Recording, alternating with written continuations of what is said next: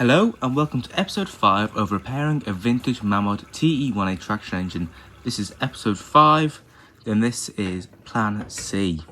Now as you can see, the engine is currently in the bath, well, a sink, getting a big wash in some hot soapy water because I realised the paint on the boiler is actually not in that bad condition. So I'm going to keep the paint on the boiler as it was, and the rest of the paint will be redone, but the paint on the boiler is all good. So now it is time to start reassembling the engine. So I'm just having another quick look around, admiring the handiwork. I think for my first traction engine, I didn't do such a bad job. So now it is time to start reassembling the engine.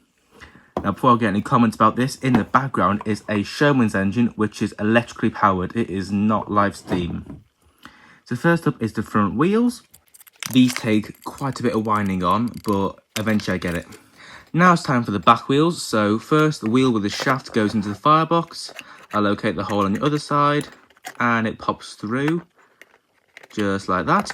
And then I put the other wheel on and then put the locking part on to keep the other wheel locked onto the shaft. So now the back wheels are on completely and looking good. So the next part is the engine. So first the blanket plug goes in at the back. Then the whistle, and now I'm putting the reversing gear on. So trying to get the cylinder and the reversing gear on, this took some time because the pin is quite small.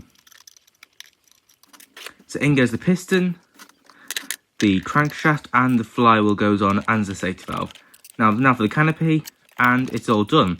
So now I am lubricating the engine because I'm going to give it a test on compressed air, as you can probably tell by the fact the whistle's been removed and there's now a massive rubber pipe sticking into the boiler. So in this first test, which you see off camera because of my fat finger, the flywheel came off. So I'm going to fix that with a bit of Loctite because it looks like the flywheel, somehow the shaft obviously got damaged and the flywheel's too big now. So now, got the Loctite on and we'll give it another test. And it's off without a problem, running even better than before. So now for the big test, will it going forwards? It didn't do before the restoration.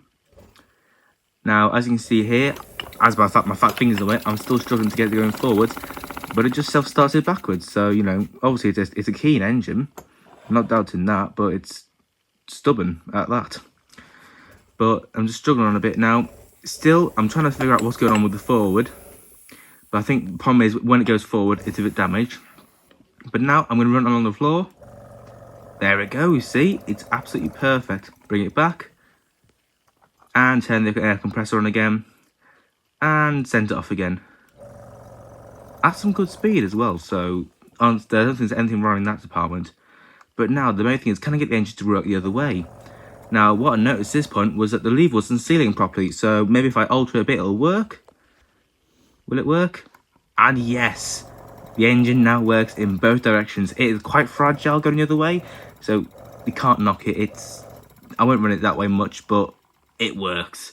So I will be doing a steam test on this later on. And well, there's nothing else to say. Thank you for watching. This series didn't last as long as I expected it to because of the fact me changing my mind. But one day I will convert this to be the engine that I drove, just not now because I'm very busy. But thanks for watching, guys. I have another Mamod project in the pipeline, but stay tuned for that. Thank you for watching and goodbye.